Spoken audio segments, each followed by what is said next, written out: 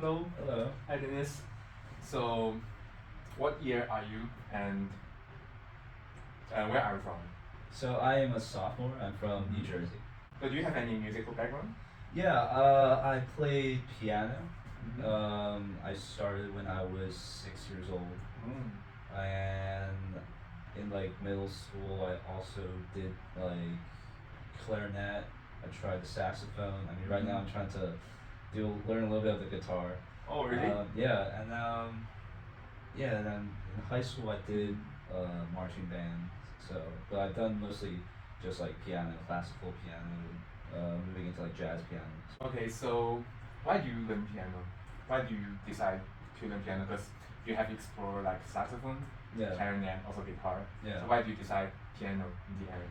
So I decided to learn piano. Well, I feel like everybody learned piano at some point in their lives, Mm-hmm. because when I say I learned piano, they're like, I learned it too, but they didn't follow through with it. But yeah, I started piano when I was 6 years old.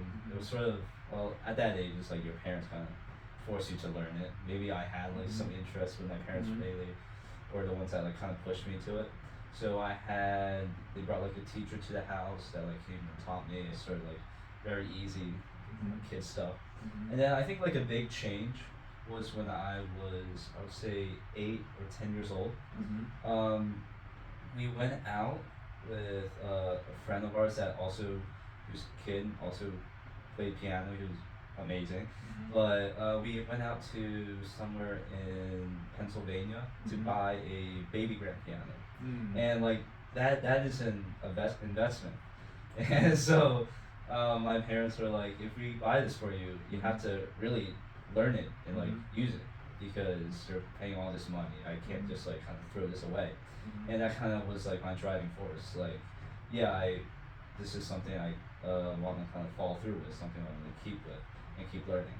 And yeah, I mean, there was times I didn't want to practice, and my parents had to like kind of push me to practice, kind of force me to do it. And I'm happy for them to do that, because I'm where I'm at now because of like them pushing me to do this. But then yeah, I went on to study with a professor at Rowan University, Alexander Timothy. Um, that I studied with him from about 8 years until I came to college. So he was a large part of what I learned and like how I grew as a pianist. So, do you think piano and music bring something else to your life or to you, except music and piano skills? Yeah, I think it brings a lot, because I've had that for pretty much my whole life. It is sort of a release. Release? Music, yeah. Playing piano, I can, if I'm like having a bad day, I could just kind of bang away at the keys, kind of release that like stress. It's like freedom, I guess. It's sort of like I enter a different kind of world. When I'm playing piano, I'm kind of, I enter this sort of like musical world, just me and the piano, and there's like this connection, and nothing else sort of matters. I'm just like focused on Into it. this, yeah. And I think that brought a lot of just I guess like stability into my life, having this like kind of pillar to lean back on, to go back to. Um, yeah. So, do you have any challenges or do you kind of feel any difficulties when learning piano during your piano journey? Yeah. I mean, well, a main big difficulty when you were learning instruments as a kid Yes, is like keeping yes. with it. Yes. And I think that was like a big difficulty for me. I'll like kind of sometimes fake, like, I hurt my hand playing basketball, I can't practice today, and like make up all these excuses. But kind of stick with like, you have to do like 1 hour of practicing every day to like improve your skills, be ready for like the next lesson, for recitals, competitions. And yeah, like moving on with that, it's like competitions and like practicing. Those were yeah, very stressful, especially when you had very little time to practice. Like some Yeah. competitions, I remember when I was in high school, I had to spent a lot of time at the piano, trying to prepare because it was 3 months away and I had to learn this new piece. Oh, So yeah. it's very difficult in that aspect, and that like adds on another kind of pressure in your life, and like going up to perform, you also have like kind of that anxiety, like what's gonna happen. But I feel like once you get on stage and then you start playing, it's just so nice. It's an indescribable feeling because you just feel like you have accomplished something, like you have did something great.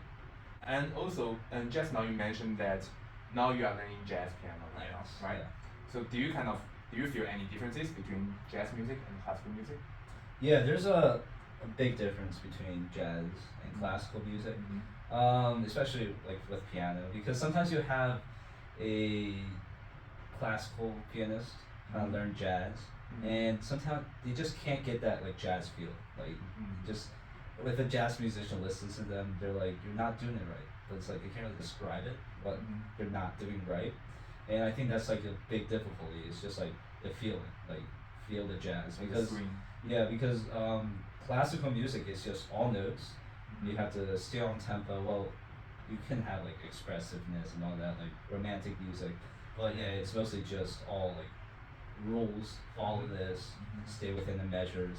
With jazz, it's more broad. It's more free form. Like you have improv. You can do whatever with the music. You can sort of create your own music with that. I think that's like a big difference between like jazz and classical. And yeah, like when I'm learning this piece by Kapustin. He's a Russian composer that had like a classical background, kind of like me, classical background, but like got into jazz.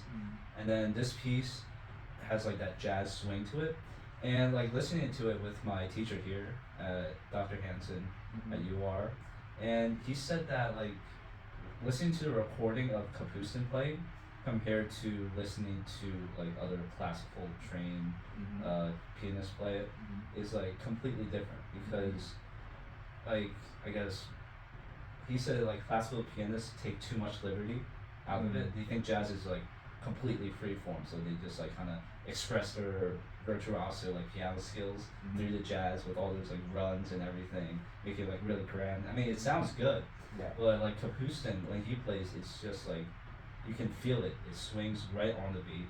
It's like very nice, and it's just like that difference in feeling.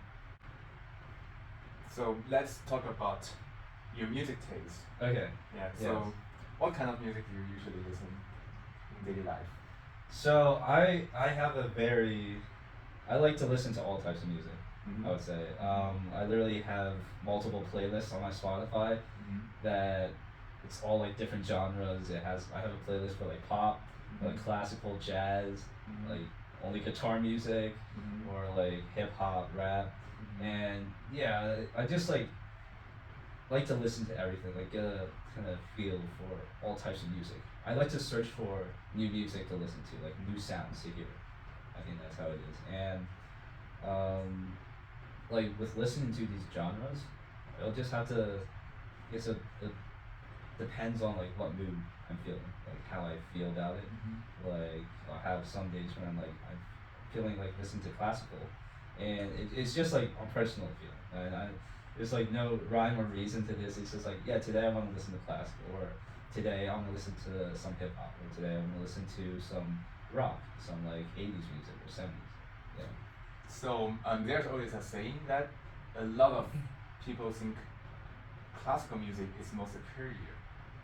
And what's your opinion about it? Do you think classical music is, because indeed Yeah. in musical theory classical music is much more complicated than other kind of music. Yeah. But do you think it is more superior than other kind of music? I think they say that because, I mean, there's two reasons, I think, in my mind. One is classical was like, I can't really say the beginning, but like from Western like music theory, that was the beginning, Yes. where you had like Bach, and then that's the Baroque period, Bach, Yeah. Scarlatti, and then you move into classical. You got Mozart, then Beethoven, and that's when you're reaching like romantic. It's like Chopin list, and then you got keep going like Debussy, contemporary, and it's just that's like where it like Western theory like began, music wise, and that was like the big thing. Like you had to follow these rules. Like I'm learning right now in my theory class, like species counterpoint. Like you have to follow these rules. Or if you have like dissonance, then it's like it's bad. You're like a devil worshiper. It's bad, and stuff like that. But yeah, and I think that's probably why people think it's like superior because it had like beginning and then it's like from there evolved into all these like different forms of music. Yeah, so it's kind of the start of the music. Yeah, so you have like people like Chopin that listen to I don't know Brahms from the classical or like Mozart got inspired from that. Or like Debussy got inspired from Liszt, or Rachmaninoff got inspired by so and so, and then it keeps going up. Or like you have Oscar Peterson, jazz musician, get inspired by like Debussy. It just like the evolution of music, it just like changes. It's very different. But there's also, I would say also like a elitist kind of connotation put onto classical music. Because it's like when you go to watch a recital or a symphony, a professional one, you dress up. Yes. You sometimes you wear a suit. Yeah, super The people performing wears a suit. Yeah. It's very formal. They bow. Yeah. You have to be silent. Yeah. You clap when they finish. And sometimes when they're playing like a sonata with 3 movements, you can't clap between the movements. It's like the proper etiquette. So just like this kind of elitist kind of sort of action and like title put onto it, and that's why I think people like kind of put it on this like pedestal or just like think of it as something that's different or like high class or something like that. So right now, classical music is facing a situation that fewer and fewer people are listening to it, and we can see, especially during the pandemic, a lot of symphony orchestra has bankrupted. And sometimes they have to play film music to kind of sell more tickets. So how do you think this classical music situation right now? And do you think is it possible to kind of improve the situation right now? And why does this situation happens? Yeah, well, I think it's devastating. Like classical disappearing. It's very sad and that's happening. I mean, I'll answer sort of why, because one, it's because I think it's like the question before, it's got this elitist connotation, so it's more like, it's harder to reach. It's not for like, I guess a wide audience, because I know I had friends that don't like classical music. Yes. I'm like, why? To enter into like the classical scene, a lot of people go through it because they learn an instrument. Like they learn piano, and a lot of pianists, they start with like classical music. Like you learn classical piano, and that's like a lot of people's background when they learn that, and they just go into it.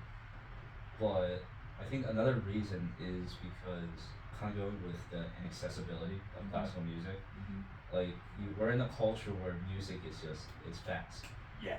Like you have pop songs, 1 minute, 2 minute, 3 minute pop songs. And it's just radio. It's more about making money, putting out songs. And with classical, you have concertos that are 40 minutes long or symphonies that are an hour long. No one can really sit there and kind of enjoy that when we're kind of in this like fast-paced society that we live in where everything is fast. And yeah, so it's like the younger generations can't really say appreciate, but it's also like they don't listen to it, they don't desire to experience it. Like when I go out to listen to like symphonies, orchestras play, it's mostly just elderly, it's old people. I'm like probably one of the few sort of like in my generation that it's like there. I look around, it's just old people, elderly, just listening to that, and yeah, you don't see a lot of people because it's like what they are listening to, what they hear daily, is that sort of popular music that kind of goes around. And then I think it's because of that, and it's like the fast pacedness, you can easily access it, where classical is like falling behind with the times, because it's different. Well, really thank you. I appreciate for your answer. Yeah, no problem.